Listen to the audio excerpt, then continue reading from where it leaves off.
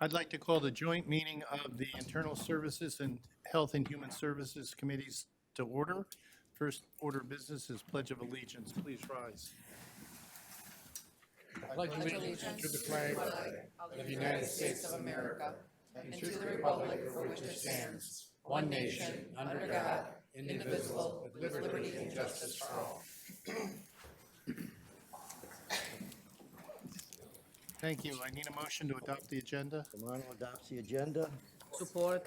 Thank you. Commissioners Romano and Grott made the motion and seconded to adopt the agenda. Any discussion?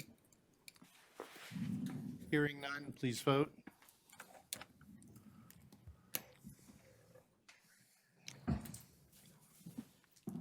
Motion passes 12-0. Thank you. We'll move on to adopting the minutes of January 14th. I need a motion to adopt. So move, Perna. Thank you. Commissioners Perna and Grott made the motion and supported it to adopt the minutes for January 14th. Any discussion? Hearing none, please vote.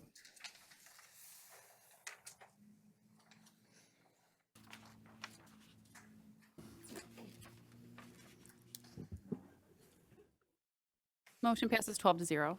Thank you. Public participation. This is the first opportunity for public participation. For anybody who wishes for a maximum of 3 minutes on any item on today's agenda, there'll be another public participation later in the meeting.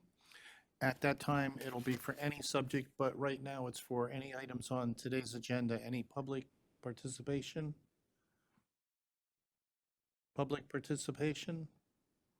Hearing none, we'll close that and move to internal services recommendations, department recommendations.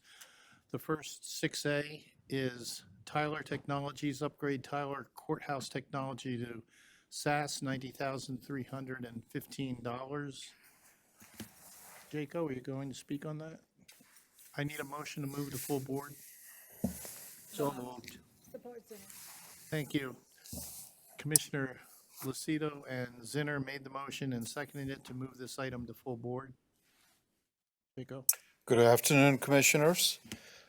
Just want to mention I have Brian Burdak here from the clerk's office in case we want to talk about some of the business justification around this. A new contract is required to be executed for the jury room enterprise platform software, as well as upgrading the system to take advantage of enhancements in security. The contract total is $90,315, of which $73,450 is built into the 2025 budget of the jury room. The rest of the money, $16,865, the request is to use that from the our capital improvement plan.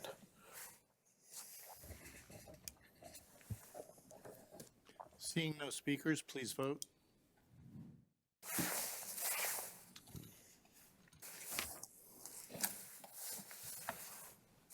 Motion passes 12-0. Thank you. Item 6B, agreement with Information Technology it's a maintenance agreement for first quarter of 2025 for a cost of $316,363.24 for Cisco 5 years and Trace 3 PowerMax arrays. I need a motion to move this item to full board. So moved. Thank you. Commissioner Haw and Lucido made the motion and seconded it to move this item to full board. Jaco? Commissioners, this one is for maintenance items that I bring here as they become due throughout the year.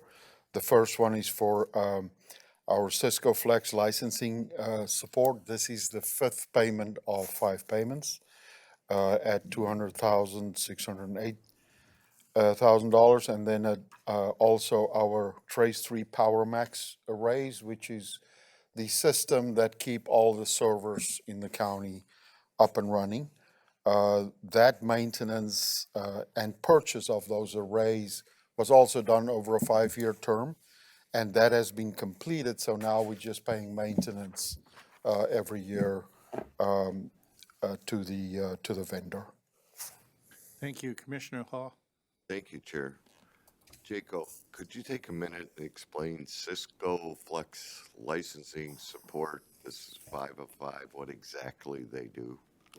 Our county phone system, this is the underlying support for our county phone system, which is, a Cisco VoIP system. And so it provides all our desk phones. We also use an application called Jabber, which kind of replace some of the phone functionalities and make it easier nowadays when people move around. You can use it from your phone, your cell phone, and things like that. So it helps us with that communication. But it's pretty much to maintain our Cisco phone environment. Thank you. That's all I have, Chair. Seeing no other speakers, please vote.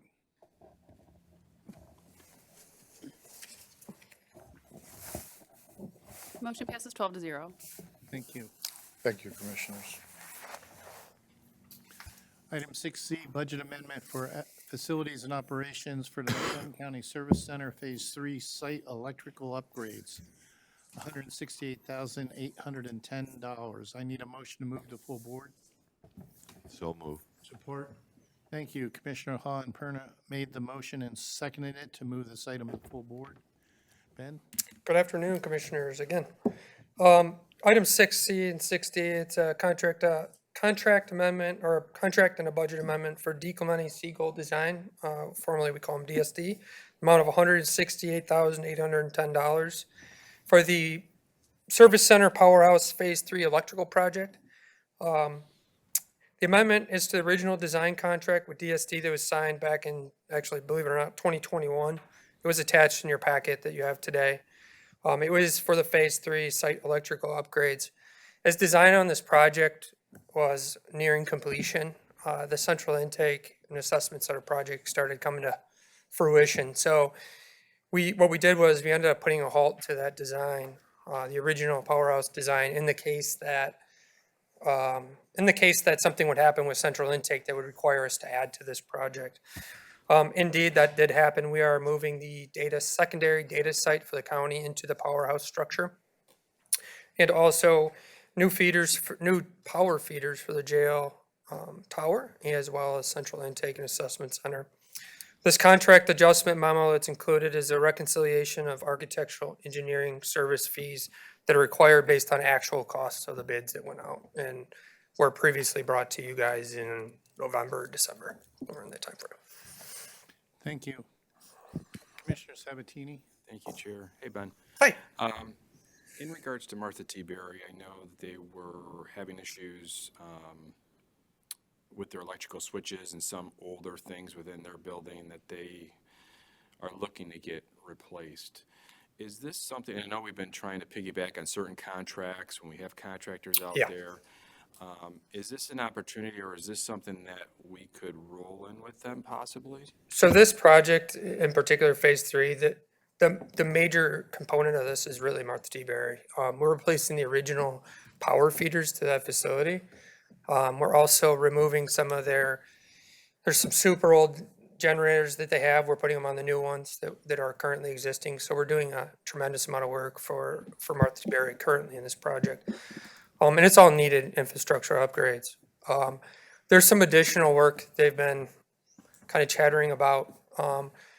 Well, I feel they kind of oversimplify what they're asking. When I spoke with the electrical engineers, they thought it warranted a study that would take multiple months. And they're not talking in the tune of 100,000, they're talking the millions.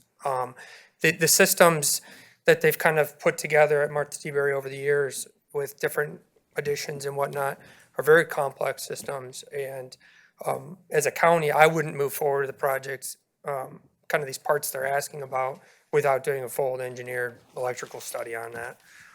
So we have provided to Martha T. Berry the electrical engineer we're using currently. And in fact, they did a pretty big electrical study for T. Berry in the past to reach out to them. And certainly I could help if they have questions as far as the powerhouse is concerned. But kind of what they're saying is pretty inner workings of Martha T. Berry, kind of outside of my typical purview. Okay. Yeah. Thank you for that. I'm happy to help where I can, but yeah. Great. Thank you, Chair. Commissioner Zinner? Thank you, Chair. Are you working on the HVAC at all, or is that in a different area? Yeah, this building is a standalone building. We call it a powerhouse. It's really a very large electrical closet with all of our main feeders. We're adding a heating and cooling unit for the secondary data site, but other than that, it's pretty minor as far as the structure is concerned. There's no employees that work in there day to day. It's just power. Thank you. Thank you, Chair. Thank you. I noticed that the old feeder lines were 5K and the new ones are 15K volts. Is that the new standard, or? I'll be honest, if I answered that, I'd be speaking out of turn. The engineers designed all this. They do anticipate for future growth in that service center, as we have a few sites that are kind of up in the air, but everything else has been, with that powerhouse, when we did the initial big kind of remodel of it, a lot of that work that we put in and spare conduit and things we're using right now, which is great. So that was able to shift some of the cost. I assume part of that is anticipating further add-ons to the powerhouse, or service center, I should say. Okay, thank you. Yep. Seeing no additional speakers, please vote.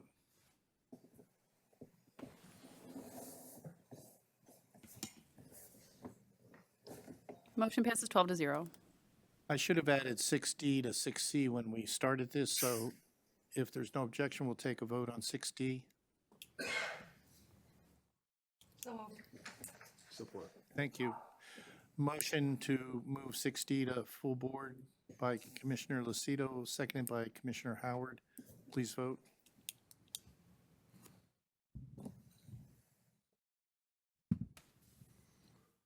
Motion passes 12-0. Thank you. 6C, contract with Plante, Moran, Realpoint, space and site programming and capital planning analysis services for $34,000. I need a motion to move this item to full board.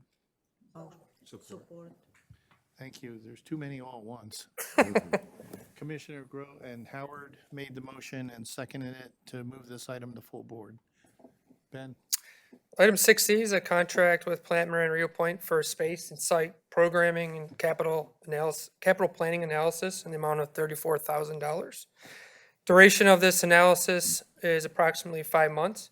The service will include space and site programming, capital planning analysis services for the following departments: Macomb County Juvenile Court, Front of the Court, 16th Circuit Court, 16th Circuit Court Administration, Probate Administration, and the clerk. And as you guys know, I like to bring backup in case people have questions. I brought quite the team of backup today for this item. So if you have specific questions regarding the space needs or the need for this, I have lots of backup today. I think you won't need them because I see no speakers. But that's because you brought them. Yep. Oh, Commissioner Sabatini. Thank you, Chair. Sorry to log in there last minute. I know we've got Chief Judge Biernat and Judge Hall. Could we just hear just a piece of kind of what the goal is with this project? I know obviously we need to get the circuit court up to par for the new judge quarters there. I know Judge Hall is working in a closet. Yeah, Judge Hall. An area he shouldn't be working in, but we're getting that all fixed. But I know with the needs and everything with the courts, like, what's the reason for this plan study and where we're looking to go with it?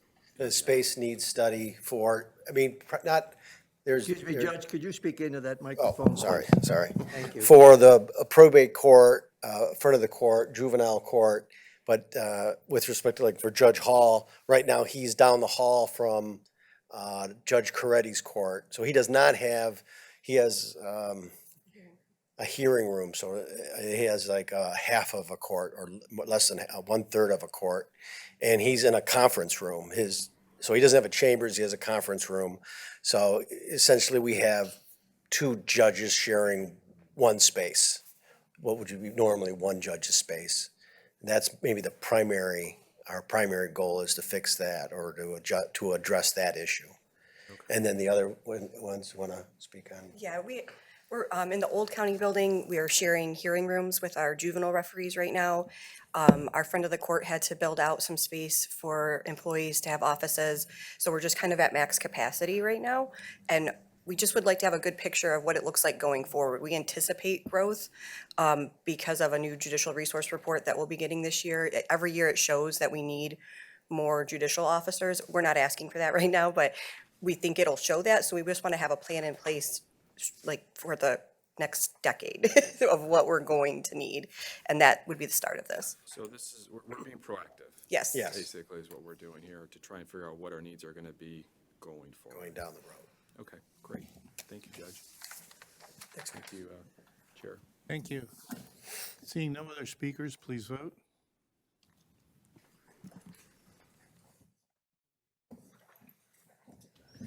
Motion passes 12-0. Thank you.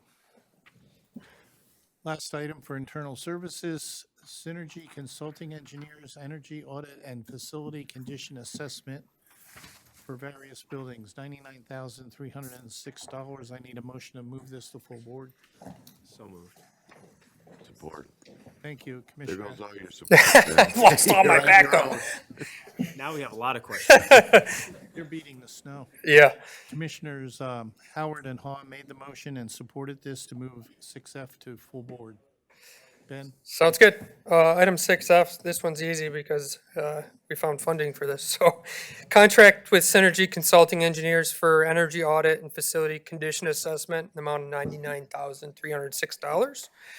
County facilities like ours here at Macomb have unique requirement for reliable and efficient building systems that ensure our staff safety, the public safety, and user safety, energy efficiency, and continuity so we can keep them up and running.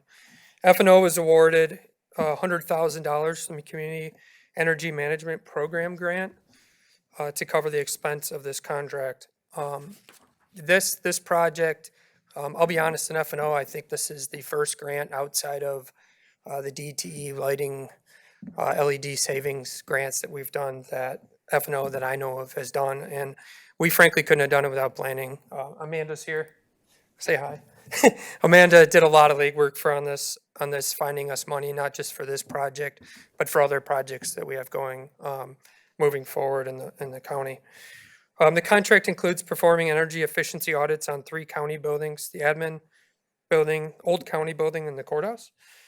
The audits will be incorporated into future capital improvement plans to identify projects where there are energy efficiency opportunities and potential additional grant dollars. There is another possible round of funding in 2025 that could be used to purchase more energy efficient equipment identified. And there is no county match requirement for these funds. So this is straight grant. Thank you. Seeing no speakers, please vote.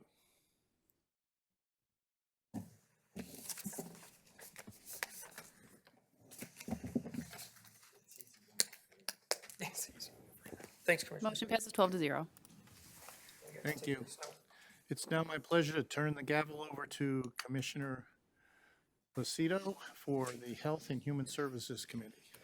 All right, we'll move on to item number 8, which is the quarterly report for Veteran Services. Can I get a motion to receive and file? So move. Support. Motion by Haw, support by Groff. And we have Lori here today. Hello, how are you? Hello, how are you? Good. So we produce a quarterly report for the new folks in the room. And these are numbers that have been requested in the past from commissioners on what they would like as far as metrics from us. We also have on the second page is a list of the zip codes so you can see who is utilizing our services based on zip code and where you might have your district, your section. So one thing to note, so this is for calendar year for all of last year, where it goes year to date. So although when we look at numbers as far as how many customers we actually saw year to date, we were down a few. That's number 7. So we were down just a few, but when you look at federal claims reoccurring and federal claims back pay, we're up. So what this means is we provide a service to help veterans get their disabilities and benefits from the VA. And that turns into dollars into their pocket. So that's dollars going back into the economy. So we keep track of dollars. Now, we don't get a percentage of that. We're paid for by a millage for our veterans' job. And that's our goal, is to get more benefits for the veterans that live in our community. And besides that, I do a million other things, but, we'll just stick with that.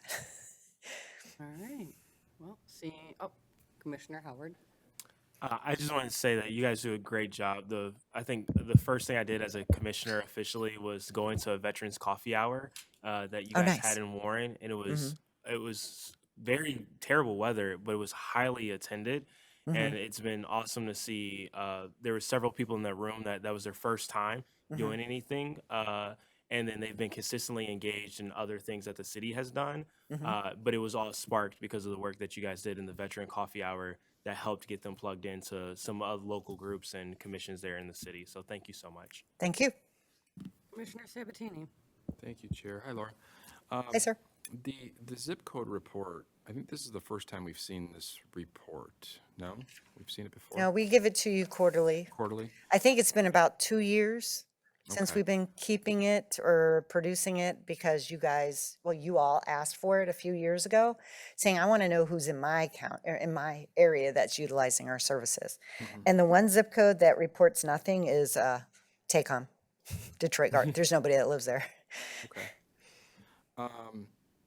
In regards to the amount, because these are the veterans that have been served by quarter in each one of these zip codes, correct?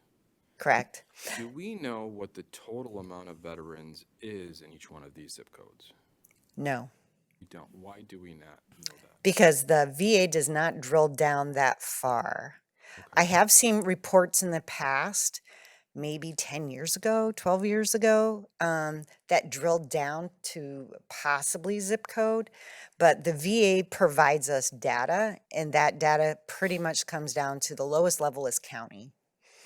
It's not really any lower than that. Got it. Okay. I was curious because it would be really interesting if we knew how many total were in each zip and how many we're serving and what that percentage Oh, and even would have be. their address and phone number, and, so we can reach out. That would be great. And that's why I spent $1 million on, not 1 million, but close to what, 400,000 on advertising, so we can get more people to come in. Now, the VA hospital has their own reports, and I don't have access to that. And that would show reports on who utilizes their services in our area, and we might be able to find out zip codes. But we already know, based on what they call the GDS, gross distribution of funds, that the VA provides us annually. It comes out in May for the previous fiscal year. And I already know we're around 42,000 veterans. Every year it goes lower because we have so many passing away. But out of that, we have only 10,000 in Macomb utilizing the VA healthcare system. So it's only a quarter. Now, I can tell you the goal, because I have heard this in a meeting from the director of the VA, their goal in the next 2 years is to look at 2 locations for clinics. And if we can get a clinic here, that would be awesome, wouldn't it? And they're looking at Selfridge area, and it might be on the base and it might be off the base. And they're also looking at St. Clair Shores. But Sorry, where? St. Clair Shores. And this is all based on I would get their surveys of who utilizes and their surveys of how many miles away. And, 5 years ago, before the pandemic, when they were doing surveys, they told us halfway between Detroit and Yale, because Yale has a clinic, Yale, Michigan, and we have one in Pontiac, halfway would be Richmond. Does Richmond have buses? They do, but for Richmond only. So it's not really, cohesive for everybody else. So, I always look at, Hall Road seems to be the median. Somewhere on Hall Road would be really good. But I don't make those decisions. But we'll see. We'll see what they come up with. Okay, thank you. All right. Seeing no other speakers, can we please vote? Thank you. Thank you, Laura. Be careful driving home. Oh, Safe and welcome the new journey. commissioners. Motion passes 12-0. All right, and now we will move on to department recommendations. Contract with Americ Planning Services LLC, Community and Housing Needs Assessment. And can I get a motion to recommend to full board? Zinner will move. Motion by Zinner, supported by Bueno. We have Andrew here. Hello, how are you? Hello, Commissioners. How you doing? Today, you only have one item. Yeah, trying to make it brief. I just knew this weather was coming, so although Ed was not cooperating with you all, so he's got No. 4 items. So I know, usually he's the one with one item. he's usually really short. So Yes. thank you, Commissioners, and good to see you, Commissioner Goike. Familiar face, statewide sanitary code work. Good to see you again. Today I have a contract for our MREC Planning Services. This is the firm that was picked from a scoring team that was made up of internal county folks and external external agencies that are on our steering committee for our regional housing partnership that we lead in Macomb here at Health and Community Services. And the contract is for $144,600 that came in. This was not the highest or lowest. They were about the middle bid, but more importantly, their proposal met all of our needs. One that in the timeline we needed it to be completed by for the grant dollars to be spent. So this will be fully 100% covered by our grant, our RHP grant. Which is great that we'll be able to use grant funds to cover this assessment. What we're really hoping for is this will give us the data that we need for communities and municipalities, will show us housing needs across the county, and then also future trends that we might be experiencing here in Macomb County as well. We all know our aging population with our seniors. We're getting older as a population. So we really need to look at our housing stock across the board in a manner that really looks at all the data instead of always just talking about it. We need to arm our municipalities with the best information and ourselves to make the best decisions moving forward. So I think this is a really good investment that we're looking at utilizing and investing in. And I'm ready to answer any questions you might have on this. Thank you. Commissioner Van Sickle. Thank you, Chair. Good afternoon. Good afternoon, So if Commissioner. I'm understanding you right, it's the county's plans not to use the results of this survey, but to supply it to all the municipalities so that they can use it. It's both. We're going to be utilizing it, our internal housing partnership utilize it. It's going to be utilized by our agencies. We work hand in hand with planning and economic development. They're very interested in the data as well, that it will support their work that they do. But it'll also work, we'll work with our municipalities potentially for zoning, looking at zoning rules. And for example, not that we would force them to change any kind of zoning rules, but really look at their own existing tools, that they have within their local jurisdiction. But it's going to be all of the above. Okay. Planning and economic development would use it in what ways? So they're looking at ways that they can look at supporting and attracting possibly businesses, investors to come and invest projects. Things like our great project here in Mount Clemens, the Edison Crossing project, redevelopment of housing space in a way that really will add value to our communities. Okay, thank you. Thank you, Chair. So I have one quick question. So would this help the county or different entities in the county get funding possibly for housing development if there is a need, if this shows that there's a need? I think it will, Commissioner, because I think it'll arm them with the data that they need to put into grant applications. Right now, some of that information's missing, and so we really don't know what we don't know. And I think really what we need to do is to have a more competitive grant application for our communities and even ourselves potentially, is to have those specifics, the data and the needs, and just show those trends. Because really that's what people are now looking for. Funders are looking for those specifics and the data to be present and represent, current trends, what current data that we're seeing. All right, thank you. Commissioner Howard? In September, will we get a copy of their report to comment Absolutely, on? Because it's, yeah. okay. Absolutely. All right. Seeing no other speakers, can we please vote?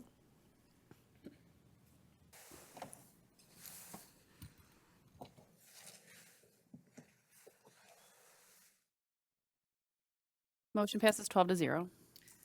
Thank you, Commissioners. All right, moving on to a budget amendment from Macomb County Action, local water utility affordability in the amount of $757,684. Can I get a motion to recommend to full board? Motion to recommend to full board. Support. Motion by Grot, supported by Haw. Hello, Ed, how are you? Call you Andrew too. I'm well. Thank you very much. And thank you all for taking the time to hear from me this afternoon. I'll be as brief as I can. So a few amendments in front of you, the first of which is the local water utility affordability amendment. That is a grant that we received last year from the state of Michigan. I believe the origin of those funds were pass-through dollars that were looking to be spent down COVID money that was left over. The initial amount of the grant was $1 million that we received last year to be used for a period through 2026. This is a $757,684 increase in those funds. The local water utility affordability grant is one of a couple of different resources that we use to assist people with water access and affordability. So if people find themselves in arrears on their water bills, if they find themselves facing a very serious plumbing issue that is leading to exorbitantly high bills, these are dollars that we can use to help them address those needs. These resources, just like, pretty much all of the rest of them that we have to offer, are income-based in order to access them. All right. Commissioner Goike. Thank you, Madam Chair. Thank you for the, coming and giving the presentation. So this is just a straight-through grant for these people that need it. It's not a loan program that has to be paid back on the plumbing or anything on the, That's correct, yeah. thank you. Seeing no other speakers, can we please vote?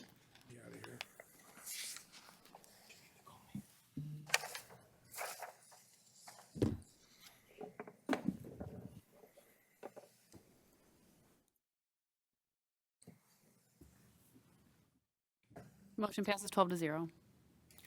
All right, now we are going to move on to another budget amendment for the Michigan State Housing Development Authority Award for shelter division programs in the amount of $166,667. Can I get a motion to recommend to full board? Motion to recommend. Support. Motion by Wono, supported by Howard. Hello, okay. It's me again. Yep, you again. You're finishing up here. Yes. So again, this is a new grant from MISTA that we are receiving this year. Health and Community Services will be acting as fiduciary with Macomb Community Action, carrying out the programmatic work of the grant. And these are for dollars for what's called shelter diversion programming. These are resources that we will be able to use when we encounter individuals or families, or they approach us, who have found themselves unsheltered, but prior to them being in going to a homeless shelter situation. So these are dollars that will allow us to say pull together very quickly a security deposit and first month's rent to put someone into a new apartment, or if the answer that might keep a family out of a shelter is a transportation ticket, a bus or train ticket to a relative's house that they can live with for a little while until they get back on their feet. The way that this is structured, and again, this is my understanding of it, I can certainly provide some more specifics at a later date, but these funds are relatively unrestricted in our ability to be creative in helping individuals and families avoid moving into a homeless shelter. I'm sure, if you're familiar with some of the statistics in and around the county and this part of the state, the homeless shelters in general are quite stressed. especially at this time of year when the weather is doing what it's doing. And so this is an effort to help divert individuals and families from having to go into the shelter. So we're looking at receiving $166,667 for that purpose. It'll support that programming, a little bit of staffing and administration in order to keep the wheels rolling. Well, thank you. I know this is definitely very needed with everything that's been going on that we've heard on the news lately. So Commissioner Romano. Thank you, Chair. Hi, Director. The money that you receive, when you put them in a shelter, you talk about hotel, you're talking about residential housing. First question. Second question is, how much are they limited to that you give to them? We know it's not repayable. And how long can they receive this money? So when I am speaking of getting someone into shelter, a hotel is one option. The goal is to avoid an actual homeless shelter. So it's any number of options. So a hotel is one option, and that could be one. The total amount that someone could access, that's information that I'm going to have to get for you. I do not have that in front of me today. And the duration of this grant is for 1 year. Not the duration of the grant. How long do you put them in the shelter? Oh, how long do you put them in the shelter for? Can you get back to us, give me those two questions? Yeah, I can get back to you with that. Thank you, Chair. That's all I have. Commissioner Kraft. Thank you, Madam Chair. Ed, quick question. That number, the 166,667, looks like it's a piece of a larger number. So I'm guessing it's a statewide program that was distributed amongst the counties or something to that nature. I believe it was, yeah. Do you know how Macomb landed on that number specifically? Is that the same number that other counties are getting? Is it based on need, population? I guess I'm curious where that dollar amount comes from. So I'm actually not familiar with that, but I can absolutely get that for you. That would be, by that'd the be end of this great. week. Sure. Thanks, Ed. Thanks, Madam Chair. Commissioner Goike. Thank you, Madam Chair, also. So was this program, would you be able to give funds to like McCrest and for the, what did I say that place was over there? Turning Point, a place for women and stuff? Yeah. So actually, no. So the point of this is to To keep fund them out of the it. individual and keep them out of those shelters. Because you said it was quite liberal of the money being used. That's why I was just curious. Yeah. If it doesn't, you don't use all them funds, then you probably, let's say next November, December, you might be able to use that money to help supplement those two programs. Perhaps, these types of grants, as you're probably familiar with, oftentimes when you get to the end of your program year, if you haven't used money, they take it back and give it to someone else or, something like that. Macomb County has a really good reputation for spending through. So I don't anticipate that with us, but, again, to my knowledge, I don't have the specifics in front of me. There's not going to be an option to be able to contribute it to our shelter partners. Okay, thank you. Thank you, Madam Chair. Commissioner Van Sickle. Thank you. Good afternoon. How long do you anticipate these funds will last? So the duration, let me just make sure I'm not misspeaking here. The duration of these funds, I believe, is for one program year, so 2025. Just want to double check here. Yeah, it's for, the program period is February 1 of 25 through January 31st of 26, so it's 1 year. Do you think the funds will last that long? No, I think that the demand for our services that we typically see, I anticipate us having spent through that before January 31st. And are the funds paid to like the hotel or the bus terminal for tickets? Or is money ever handed to a participant? No, sir. Many of our programs, including the ones where we assist with utilities and whatnot, we make direct payments to vendors. Obviously, we want to make sure that there's good governance of the dollars and good stewardship. So, yeah, no money would change hands directly Right with the answer. clientele. Thank you. Thank you, Chair. Commissioner Bueno. Thank you. I just have a simple question. How does someone go about accessing those services? Or if we know somebody that might need those services, who do we call? So, again, you have caught me without the number right in front of me, but there is a phone number that people can call if they are looking to access our services. We also have 2 walk-in action centers, one at the Verculen Administration Building and one in Warren, at 9 Mile in Warren at the Thompson Family Resource Center. I will make sure that I work with Ms. DiMaggio to make sure that you have all of the appropriate contact information to be able to send clientele for us. And I also just want to say, I know I have another item up there, but I also just want to say, because a couple of you are newer, if any of your constituents come to you and they have an issue, please refer them to us. We'll do everything we can to work with them and to help them. Commissioner Howard. Actually, never mind. I'm just gonna send it. I have a bunch of questions. I'll send an email. I wrote down like 6 questions. I'll just send an email. All right. Well, seeing no other speakers, can we please vote?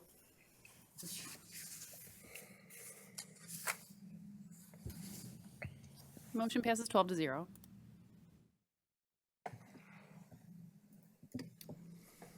All right, moving on to budget amendment for Community Action Head Start, Community Foundation Petals 2025 in the amount of $35,000. Can I get a motion to recommend the board? Motion by Romano, supported by Zinner. Yes, okay. All right. So what you have before you is a budget amendment in the amount of $35,000. This is a reduction. The Petals program is a program that we were involved with Community Foundation for Southeast Michigan, and it was funded through some dollars from the Ralph C. Wilson Foundation. Positive emotional development and learning skills, and this was a program whereby consultants would come into the Head Start classrooms and work with the teachers and staff to ensure that the way our staff were conducting themselves and the activities that they had the children participating in and the way they were interacting with the parents and families created an environment that supported positive emotional development. We have come to the end of our use of the service. We have met the benchmarks we wanted to in terms of the number of classrooms that we were looking to serve. And so we'll be closing this grant out. And the $35,000 that is essentially left over that would have been part of our budget for this year will no longer be coming to us for that purpose. All right, thank you. Commissioner Haw? Thank you. Hi, Ed. I'm looking at the printout here and it said required budget amendment. Current budget, $13,998. Is that 13 million? Okay. Anyways, okay, Sorry, that's I'm not 13 seeing million. that. I get it. Apologies. I answered my own question. Oh, yeah, so that's great. 13 million. Thank The you. current Head Start budget, yeah. Seeing no other speakers, can we please vote? That was 13,000. To 35,000. Motion passes 12-0. All right, now we'll move on to a weatherization assistance grant in the amount of $62,745. Motion to approve. Support. Motion by Haw, supported by Howard. All right, last but not least, this is our DOE Weatherization Assistance Grant. DOE is Department of Energy. This is one pool of resources that we use to support our weatherization programming. For those commissioners who may be newer or may be unfamiliar, our weatherization programming allows us to assist residents who are low income who need weatherization services at their home. That could include things like new windows, replacing doors, insulation, other bits and pieces that lead to a more efficient home. This is an increase on the initial grant amount. Let me see, I've got that in front of me. This is going to be an increase of $62,000, $62,745. Here it is. On the original grant amount that we received in 2004 of $581,730. So this brings us to I'm not doing the math correctly. I apologize. It's an increase of $62,745 for us to spend. And our weatherization program, just so you're aware, braids together a few different sources of funding. So there is this DOE programming, there's a little bit of bill, the bipartisan infrastructure law funding that we get, that we're able to use towards this. There's some funding that we also have available called weatherization deferral, where if we come to a resident's home and, weatherization would be useless because what they actually need is a new roof before anything else, we have some dollars to be able to do things like that as well. Thank you. Seeing no speakers, can we please vote?